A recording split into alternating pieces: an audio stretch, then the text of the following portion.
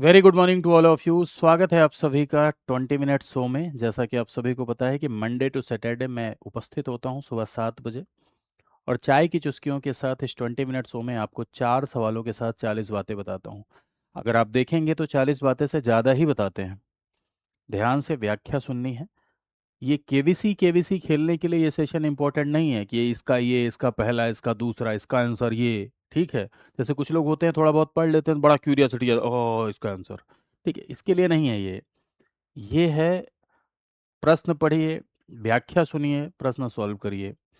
ये रिवीजन के लिए सेशन है, ये प्रैक्टिस के लिए सेशन है। ऐसी बातें जो आपने थ्योरी क्लासेस के दौरान पढ़ी हैं, रिवीजन के अभाव में भूल गए हैं, उनके लिए है ये।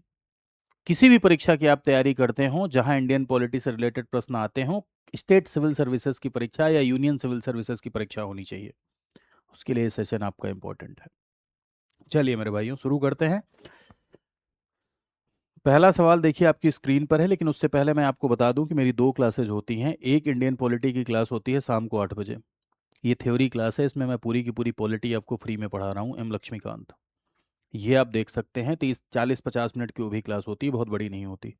और मंडे टू सैटरडे आपका ये 7 AM पे 20 मिनट्स हो चलता है। ये दोनों अगर आप लगातार देखते हैं 2.5 3 महीने तक, तो मेरा दावा है कि आपके भीतर पॉलिटी की एक बेटर अंडरस्टैंडिंग क्रिएट होगी और ज़बरदस्त तैयारी होगी आपकी। तो पहला सवाल आपकी स्क्रीन पर है। लिखा गया है कि निम्नलिखित कथनों पर विचार कीजिए। Consider the following statement. Nomination to the Rajya Sabha, nomination to the Rajya Sabha Ireland से इंस्पायर है। कौन सी चीज़ कहाँ से इंस्पायर है, उससे रिलेटेड मिलान करना है। ये गणराज्य है, ये फ्रांस से इंस्पायर है। ठीक है, ये लिखा हुआ है। तो राज्यसभा में नॉमिनेशन कहाँ से इंस्पायर है, इस बात का ध्यान रखिए। दूसरा, गणराज्य कहाँ से इंस्पायर है, इस बात का ध्यान रखिए।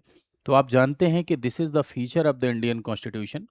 ये भारतीय संविधान का लक्षण है कि Indian constitution is borrowed from various sources.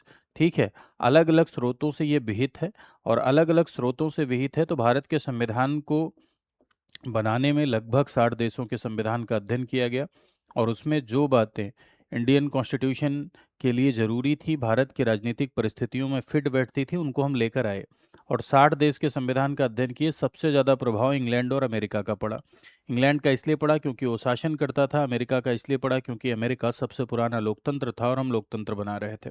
बात यदि आयरलैंड की करें, तो आयरलैंड राज्यसभा में नामांकन, राज्यसभा में अनुच्छेद 80 क्लॉज 3 के तहत राष्ट्रपति 12 सदस्यों को नामांकित करता है, और ये 12 सदस्य आते हैं लास यानी एल से लिटरेचर, ए से आर्ट, एस से सोशल सर्विस, एस से साइंस यानी कला साहित्य विज्ञान और समाज सेवा के क्षेत्र में जो लोग एक्सपर्ट हैं। कला साहित्य विज्ञान और समाज सेवा के क्षेत्र के एक्सपर्ट 12 लोगों को नॉमिनेट करता है प्रेसिडेंट राज्यसभा में। और ये नॉमिनेशन कंपलसरी है, जब तक नॉमिनेट नहीं कर देंगे तब तक राज्यसभा कंप्लीट नहीं होती है। ये सदस्य राज्यसभा को विशेषज्ञता प्रदान करते हैं, राज्यसभा को एक्सपर्टाइज प्रदान करते हैं। तो आयरलैंड से भाई ये लिया गया है, सही लिखा है, बिल्कुल सही लिखा हुआ है, आयरलैंड से लिया गया है। आयरलैंड से ही directive principle of state policy, DPSP का जो कॉन्सेप्ट संविधान का भाग 4 है, ये भी आयरलैंड के संविधान से ही इंस्पायर है, यानी आयरलैंड से इंस्पायर है। रिपब्लिक, आप जानते हैं कि भारत पार्लियामेंट्री डेमोक्रेसी के साथ साथ रिपब्लिक फीचर को भी ऐड करता है। रिपब्लिक यानी गणराज्य, यानी ऐसा राज्य जहां एक आम आदमी सर्वोच्च शिखर पर पहुंच सके, एक ऐसा राज्य जहां एक आम आदमी सर्वोच्च पद को प्राप्त कर सके, एक ऐसा राज्य जहां की इस पूरी की पूरी विविधता को हर जगह अवसर की समानता हो। तो भारत देश में एक आम आदमी राष्ट्रपति बन सकता है, कब तभी बन पाएगा जब चुनाव होगा। इसीलिए कहा जाता है कि गणराज्य की अवधारणा 2 चीज़ों से सफल हो पाती है। पहला, कि हेड ऑफ स्टेट इलेक्टेड होना चाहिए, यानी जो हेड ऑफ द नेशन है वो निर्वाचित हो, जैसे भारत का राष्ट्रपति चुन कर आता है, और आम आदमी उस सर्वोच्च शिखर तक पहुंच सकने योग्य हो। अगर ये दोनों फीचर हैं तो उस देश को हम गणराज्य के तौर पर देखते हैं। तो ये गणराज्य की जो अवधारणा है ये फ्रांस से आई। साथ ही साथ फ्रांस से और क्या इंपॉर्टेंट लिया गया है, तो प्रियम्बल में जो आइडियल ऑफ इक्वलिटी आप पढ़ते हैं, आइडियल ऑफ लिबर्टी पढ़ते हैं, आइडियल ऑफ फ्रेटर्निटी यानी प्रस्तावना में जो स्वतंत्रता, समानता और बंधुता का आदर्श है, ये भी कहाँ से लिया गया है, ये भी फ्रांस से लिया गया है। ठीक है। प्रोटेम स्पीकर एक पार्लियामेंट्री कन्वेंशन है हमारे भारत देश में, संसदीय परंपरा है कि जो व्यक्ति सबसे वरिष्ठ होगा वो अस्थायी अध्यक्ष बनेगा। ये भी बात कहाँ से आई है, फ्रांस से ही इंस्पायर है। ठीक है, तो ये दो का दोनों आपका क्या हो जाएगा, सही हो जाएगा। अगले सवाल पर आते हैं। निम्नलिखित कथनों पर विचार कीजिए। Indian constitution is federal, Bharat का संविधान संघीय है। इट्स यूनिटरी इन स्पिरिट, यानी संविधान के बारे में ही कहा जा रहा है, इसकी भावना एकात्मक है। तो देखिए इस बात को जरा ध्यान से समझिए। जहां पर मल्टीपल गवर्नमेंट होती है, अगर कहीं पर भी आपको मल्टीपल गवर्नमेंट नजर आई, एक से अधिक सरकार अगर आपको नजर आई, ठीक है, तो आप फटाक से उसे फेडरल कह दीजिए। कोई गलत नहीं काट सकता, दुनिया की कोई ताकत, ठीक है। एक से अधिक स्तर की सरकार। हाँ, ये बात जरूर है कि सबने अब अलग स्तर की सरकार अगर मान ले अलग अलग देशों में बनाई है, तो सब अपनी अपनी राजनीतिक परिस्थितियों के अनुसार बनाते हैं। अब एक से अधिक स्तर की सरकार आप भारत देश में भी देखेंगे, एक से अधिक स्तर की सरकार आप अमेरिका में भी देखेंगे, है ना। भारत देश में भी देखिए केंद्र और राज्य दोनों हैं, अमेरिका में भी आप केंद्र और राज्य दोनों देखेंगे। अंतर यह है कि भारत देश में आप देखेंगे मजबूत केंद्र है, भारत में संघवाद है, भारत संघ है, भारत संघीय है, लेकिन व्यवस्था केंद्र की तरफ झुकी है, यूनियन की तरफ टिल्ड है, यानी यूनियन मजबूत है। इसीलिए भारत को मजबूत केंद्र के साथ संघवाद कहा जाता है। मजबूत केंद्र के साथ संघवाद यानी federation with strong centre. Federation with strong centre यानी मजबूत केंद्र के साथ संघवाद। वहीं अमेरिका में आप देखेंगे तो अमेरिका में ऐसा नहीं है, केंद्र मजबूत नहीं है, बल्कि राज्यों को आप देखेंगे ज़्यादा शक्तियाँ, ज़्यादा विषय नजर आएंगे। प्योर फेडरेशन अमेरिका है। अगर कहा जाए भारत पूर्ण संघीय है तो नहीं, गलत हो जाएगा। भारत अमेरिका की तरह संघीय है, गलत हो जाएगा। भारत संघीय है, लेकिन भारत ने कैनेडियन मॉडल को अपनाया है। भारत देश में केंद्र राज्य दोनों है, लेकिन केंद्र मजबूत है। जैसे कुछ टर्मिनोलॉजीज की बात मैं यहाँ कर ले रहा हूँ, पहले भी मैंने आपको बताया, लेकिन एक बार फिर से इसको रिवाइज कर दे रहा हूँ जिससे कि आपको ये कंठस्थ रहे। देखो, भारत संघ है अगर लिखा जाए, अगर लिखा जाए भारत संघ है ना, फेडरल है, या लिखा जाए भारत क्या है, संघीय है, या लिखा जाए भारत क्या है, संघात्मक है, फेडरेशन है। तीन का तीनों फटाक से सही करो, कोई दिक्कत नहीं है। लिखा जाए भारत फेडरेशन ऑफ स्टेट है, गलत होगा। भारत यूनियन ऑफ स्टेट है, और भारत के पॉलिटिकल स्ट्रक्चर के लिए ये शब्द आर्टिकल 1 में प्रयोग किया गया है, ठीक है। लिखा जाए भारत क्लासिक फेडरेशन है, गलत, ठीक। लिखा जाए भारत यूएस की तरह संघीय है, यूएस की तरह संघीय भारत है, क्या हो जाएगा, गलत। लिखा जाए भारत पूर्ण संघीय है, प्योर फेडरेशन है भारत, क्या हो जाएगा, गलत हो जाएगा, ठीक है। हाँ, अगर लिखा जाए कि भारत का फेडरेशन कैनेडियन मॉडल पर आधारित है, यानी भारत का जो फेडरेशन है वो कनाडा की तरह है, सही हो जाएगा बिल्कुल। अगर लिखा जाए कि भारत सशक्त केंद्र के साथ संघवाद है, यानी मजबूत केंद्र के साथ संघवाद है, सशक्त केंद्र के साथ क्या संघवाद है, मजबूत केंद्र के साथ संघवाद है, बिल्कुल सही हो जाएगा। अगर लिखा जाए भारत देश में संघात्मक और एकात्मक दोनों लक्षण विद्यमान हैं, ठीक है, बिल्कुल सही होगा। अगर लिखा जाए व्यवस्था संघात्मक है, व्यवस्था क्या है, संघात्मक है, लेकिन आत्मा एकात्मक है। व्यवस्था संघात्मक है लेकिन आत्मा एकात्मक है, अगर ऐसा लिख दिया जाए तो ये भी स्टेटमेंट क्या हो जाएगा, ये भी स्टेटमेंट सही हो जाएगा। लेकिन अगर भारत के लिए लिख दिया जाए कि भारत एकात्मक व्यवस्था, जी नहीं, एकात्मक तो बिल्कुल नहीं है, क्योंकि एकात्मक में एक सरकार होती है। तो इस टर्मिनोल ऐसी इस तरह की कुछ टर्मिनोलॉजीज लिख के अगर आपको फंसाया जाएगा, तो बिल्कुल भी आप उसमें, उस ट्रैप में, उस जाल में फंसिएगा नहीं।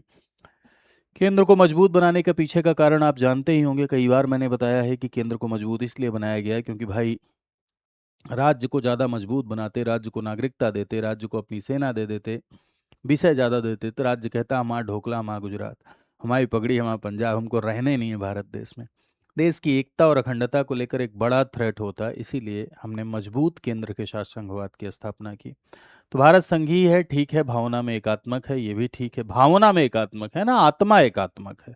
व्यवस्था संघात्मक है लेकिन आत्मा क्या है, एकात्मक है। अगला लिखा हुआ निम्नलिखित कथनों पर विचार कीजिए। Consider the following statement, constitution is longest written constitution, यह सबसे लंबा लिखित संविधान है, सबसे लंबा लिखित संविधान है। दूसरा लिखा हुआ है इट इस्टेब्लिशेस सेकुलर स्टेट। तो देखो, भारत का संविधान सबसे लंबा लिखित संविधान है, ये बात आप जानते होंगे, ये सच है। सबसे लंबा लिखित संविधान क्यों हुआ, क्योंकि हमने जितने व्यापक मात्रा में अधिकार दिए, विश्व के किसी भी संविधान में टार्च लेके ढूंढोगे नहीं मिलेगा। हमने राज्यों के लिए विशेष प्रावधान किए, अलग अलग जातियों के लिए विशेष प्रावधान किए, वेलफेयर स्टेट बनाना था। और डाइवर्सिटी बहुत ज़्यादा है देश में, जितनी डाइवर्सिटी इंडिया में है उतना कहीं नहीं दिखेगी। सबका कल्याण सुनिश्चित करना था, शोषित वंचित दबा कुचला पिछड़ा, सबका कल्याण, कोई भी हो, शोषित वंचित दबा कुचला पिछड़ा निर्धन असहाय भूत प्रेत सब सब। तो इसे वेलफेयर स्टेट की भावना कहते हैं। और वेलफेयर स्टेट बनाना है तो जाहिर सी बात है कि सबके लिए प्रावधान करने पड़ेंगे। केंद्र राज्य दोनों था, एक ही संविधान में केंद्र और राज्य दोनों की शक्तियों को बांटना था। Division of power centre state के बीच में, ब्रॉडली राइट्स देना, अधिकार देना, स्टेट के लिए स्पेशल प्रोविजन करना, सारे के सारे क्लासेस के लिए, मार्जिनल क्लास के लिए स्पेशल प्रोविजन करना, जो स्टेट्स पिछड़े हैं, चाहे वो कल्चरल वे में, चाहे वो जो है अलग अलग प्रकार से, उनके लिए स्पेशल प्रोविजन करना। इसलिए भारत का संविधान विश्व का सबसे बड़ा लिखित संविधान हुआ। सेकुलर, जी हाँ, this is the feature of the Indian constitution कि भारत का संविधान एक सेकुलर कॉन्स्टिट्यूशन है और जब से लागू हुआ तब से है। ऐसा मत समझिएगा कि जब धर्मनिरपेक्ष शब्द जोड़ा गया तब से। पंथ निरपेक्ष शब्द सेकुलर वर्ड तो बाद में जोड़ा गया, ये तो 42nd कॉन्स्टिट्यूशनल अमेंडमेंट एक्ट 1976, 42वां संविधान संशोधन अधिनियम 1976 के द्वारा ये प्रस्तावना में जोड़ा गया। ठीक है, ये बाद में जोड़ा गया, लेकिन उससे पहले से ही भारत का संविधान एक पंथ निरपेक्ष संविधान है। कि इसका क्या मतलब होता है? इसका मतलब यह है कि राज्य और राजनीति और धर्म को अलग किया जाता है। राज्य का कोई अपना विशेष धर्म नहीं होगा। राज्य किसी एक या विशेष धर्म को वरीयता या प्रिविलेज या प्रायोरिटी नहीं देगा। राज्य किसी एक धर्म को लेकर पक्षपाती नहीं होगा। सभी को फ्रीडम ऑफ रिलीजन होगा, सबको धार्मिक स्वतंत्रता होगी। राज्य धर्म में तब तक हस्तक्षेप नहीं करेगा जब तक उसकी वजह से कोई सामाजिक बुराई पैदा न हो। ये इंडियन सेकुलरिज्म है। सर्वधर्म समभावा की भावना रखेगा, सभी धर्मों का समान सम्मान देंगे, सभी धर्मों का समान आदर। ये है इंडियन सेकुलरिज्म। भारतीय पंथ निरपेक्षता एक पॉजिटिव सेकुलरिज्म कहा जाता है इसे, क्योंकि हम पूरी तरीके से धर्म से दूरी नहीं बनाते, बल्कि हम सर्वधर्म समभावा की नीति अपनाते हैं। ठीक है, तो ये भी स्टेटमेंट सही हो जाएगा। दो का दोनों स्टेटमेंट इसमें सही है आपका। ठीक है, चलिए, सी इज योर आंसर। नेक्स्ट पर आते हैं। लिखा हुआ है, निम्नलिखित कथनों पर विचार कीजिए। Consider the following statement, it provides independent judiciary, यह स्वतंत्र न्यायपालिका देता है। ठीक है, ये किसकी प्रोवाइड की बात कर रहा है? Consider the following statement regarding the constitution, संविधान। इंडियन कॉन्स्टिट्यूशन को ध्यान में रखते हुए इस सवाल का जवाब देना है। थोड़ा सा मिसप्रिंट है भैया, ध्यान रखिएगा। इंडियन कॉन्स्टिट्यूशन यानी भारतीय संविधान को ध्यान में रखते हुए आपको इन दो स्टेटमेंट को पढ़ना है और आपको बताना है कि कौन सा सबसे राइट स्टेटमेंट होगा। पहला, यह स्वतंत्र न्यायपालिका देता है। दूसरा, judiciary subordinate to the executive. तो देखिए भाई, this is the feature of the Indian constitution. ये भारतीय संविधान का लक्षण है कि भारत देश में स्वतंत्र न्यायपालिका का प्रावधान है। ठीक, स्वतंत्र न्यायपालिका क्यों? क्योंकि न्यायपालिका भारत देश में पंच है, और पंच ही अगर बायस्ड हो गई तो वो निष्पक्ष कैसे हो पाएगी, समान न्याय कैसे मिल पाएगा? इंडिपेंडेंट जुडिशरी जरूरी है भारत देश में, क्योंकि भाई जुडिशरी भारत देश में अधिकारों की रक्षा करती है। जुडिशरी इक्वल जस्टिस, समान न्याय को सुनिश्चित करने में अपना योगदान देती है। जुडिशरी संविधान का अंतिम व्याख्याता भी है, सुप्रीम कोर्ट संविधान का अंतिम व्याख्याता है। डिस्प्यूट्स रिजॉल्व करती है, विवादों का निपटारा कराती है। ऐसे में अगर विवादों का निपटारा कराने वाला किसी के प्रति बायस्ड हो गया, किसी के प्रभाव या दबाव में आ गया, तो वो कहाँ से ट्रांसपेरेंट या निष्पक्ष हो पाएगा? निष्पक्ष तभी होगा जब दबाव प्रभाव में ना आए, और दबाव प्रभाव में ना आए इसके लिए उसका स्वतंत्र होना बहुत जरूरी है। इसीलिए ढेर सारे ऐसे प्रोविजंस किए गए हैं जिससे independence of the judiciary maintain हो, और जुडिशरी की स्वतंत्रता को मेंटेन करना बहुत जरूरी है। भारत देश में स्वतंत्र न्यायपालिका का प्रावधान है, भारत देश में इंडिपेंडेंट जुडिशरी है। देखो, एक जुडिशरी होती है जिसे हम कहते हैं कमिटेड जुडिशरी, प्रतिबद्ध न्यायपालिका। प्रतिबद्ध न्यायपालिका, कमिटेड जुडिशरी मीन्स कि ऐसी न्यायपालिका जो कार्यपालिका के साथ मिल के चले, सरकार से कंधा मिला के चले। इंदिरा गांधी बनाना चाहती थी इसे, लेकिन ये संभव नहीं है इस देश में। अगर सरकार के साथ मिलके न्यायपालिका चलेगी तो आज भी करोड़ों लोगों को न्याय न्यायपालिका से मिलता है, जुडिशरी से मिलता है। और सरकार के खिलाफ लोग जुडिशरी जाते हैं, सरकार से उनको न्याय मिलता है, सरकार के शोषण से उनकी रक्षा होती है।